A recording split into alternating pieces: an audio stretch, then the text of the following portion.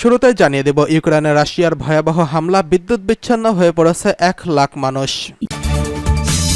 জানিয়ে দেব, জিম্মি মুক্তি বিষয়ক মার্কিন আলোচনার প্রস্তাব মেনে নিয়েছে হামাস, আসছে যুদ্ধবিরতির সম্ভাবনা।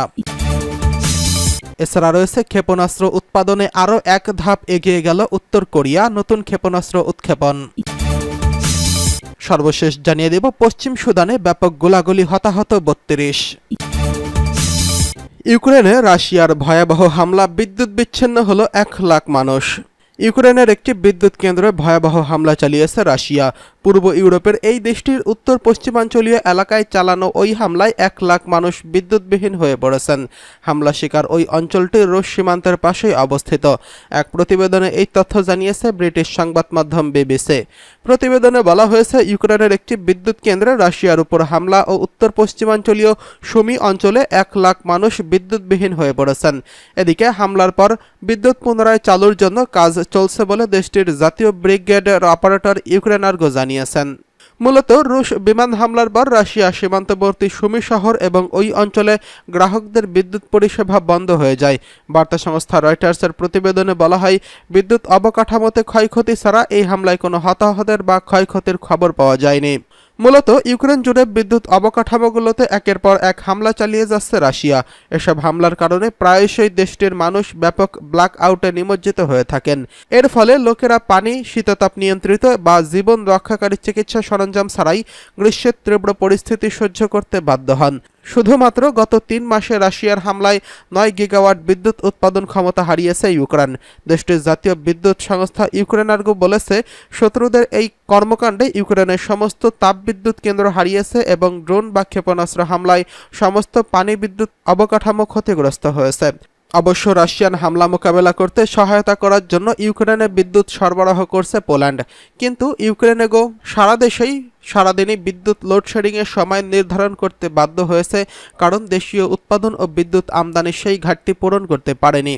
ইউক্রেনার্গো মারিয়া সাতুরিয়ান বিবিসিকে বলেছেন, এত ঘন ঘন, এত দীর্ঘ ও এত বেশি গ্রাহকদের বিদ্যুৎ সঞ্চালন বন্ধ করার জন্য তার সংস্থার প্রতি প্রচুর ক্ষোভ রয়েছে এবং তিনি সেটি জানেন। তিনি বলেন, এটি করা ছাড়া আর কোনো বিকল্প পথ নেই। এদিকে জিম্মি মুক্তি বিষয়ক মার্কিন আলোচনার প্রস্তাব মেনে নিল হামাস।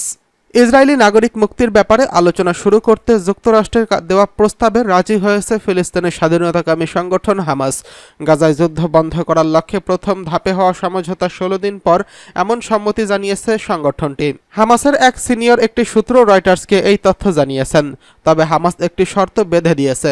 হামাসের দাবি, সমঝোতা চুক্তিটি স্বাক্ষর করার আগে ইসরায়েলকে প্রথম ধাপের স্থায়ী যুদ্ধবিরতির অঙ্গীকার করতে হবে।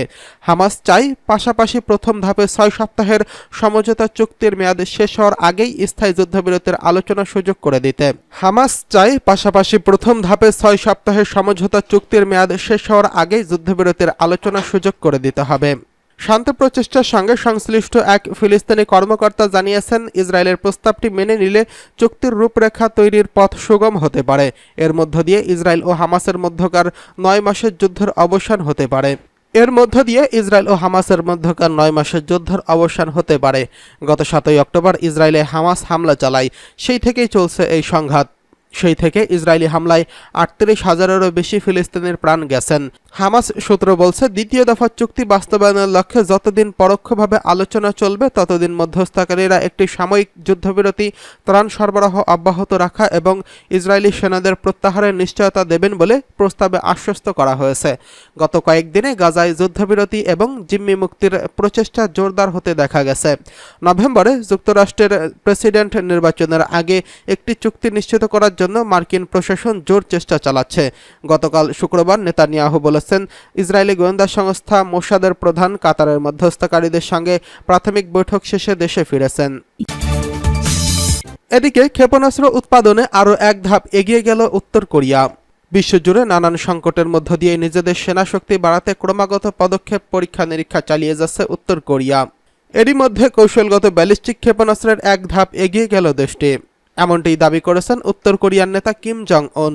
মঙ্গলবার উত্তর কোরিয়ার সরকারি বার্তা সংস্থা KCNA জানিয়েছে, সোমবার একটি সুপার লার্জ ওয়ারহেডের সফল উৎক্ষেপণের পর এই দাবি করেছেন কিম জং উন। কয়েকদিন আগেই উত্তর কোরিয়া সফর করেছেন রাশিয়ার প্রেসিডেন্ট ভ্লাদিমির পুতিন। সে দেশের রাষ্ট্রপ্রধান কিম জং উনের সঙ্গে সামরিক চুক্তিও করেছেন পুতিন। যুক্তরাষ্ট্রের দাবি, দুদেশেরই অত্যাধুনিক হাতিয়ারের আদান প্রদান করেছেন। এই আবহে সোমবার অতি বৃহৎ পারমাণবিক বোমা বহনে সক্ষম মিসাইলের পরীক্ষা করেছে পিয়ংইয়ং, যা সফল হয়েছে। জানা গেছে, ওই এক একটি বোমার ওজন প্রায় 4.5 টন, যা বহুদূর পর্যন্ত আঘাত হানতে সক্ষম। বিশ্লেষকরা বলেছেন, যুক্তরাষ্ট্র ও দক্ষিণ কোরিয়ার হুমকি উপেক্ষা করে এই হাতিয়ার তৈরি করেছেন কিম। গত বছরের ডিসেম্বরে শত্রু দেশের পরমাণু হামলার হুমকি দিয়েছিলেন তিনি। তার সাফ বার্তা ছিল, প্রতিপক্ষ যদি পরমাণু অস্ত্রের আস্ফালন করে ভয় দেখানোর চেষ্টা করে, তাহলে আক্রমণ শানাতে পিছপা হবে না উত্তর কোরিয়া। প্রতিপক্ষকে জবাব দিতে নিজেদের অস্ত্রাগার সম্প্রসারণ করেছে উত্তর কোরিয়া। উন্নত যুদ্ধাস্ত্রের পরীক্ষাও চলেছে প্রতিনিয়ত। এর মাঝেই কিমের দেশের মাথা ব্যথার কারণ হয়ে দাঁড়িয়েছে যুক্তরাষ্ট্র, জাপান ও দক্ষিণ কোরিয়া যৌথ সামরিক মহড়া। এই ত্রিপাক্ষিক মহড়ার জন্য সাগরের একটি মার্কিন বিমানবাহী রণতরী মোতায়েন করা হয়, যার তীব্র প্রতিবাদও জানিয়েছে পিয়ংইয়ং। এই পরিস্থিতিতে গত সপ্তাহে 2টি ব্যালিস্টিক মিসাইলের পরীক্ষা চালায় উত্তর কোরিয়া। বিশ্লেষকরা মনে করছেন, ওই সামরিক মহড়ার পাল্টা জবাব দিতেই এই ক্ষেপণাস্ত্র উৎক্ষেপণ করেছে কিমের দেশ। কিন্তু দক্ষিণ কোরিয়া বিবৃতিতে জানিয়েছেন, উত্তর কোরিয়ার এই পরীক্ষা ব্যর্থ হয়েছে। প্রতিবেদনে বলা হয়, যুদ্ধকালীন তৎপরতায় অস্ত্রশস্ত্র ও মিসাইল তৈরি করতে হচ্ছে উত্তর কোরিয়ার। গোটা পরিস্থিতির উপর তীক্ষ্ণ নজর রাখছে কিম।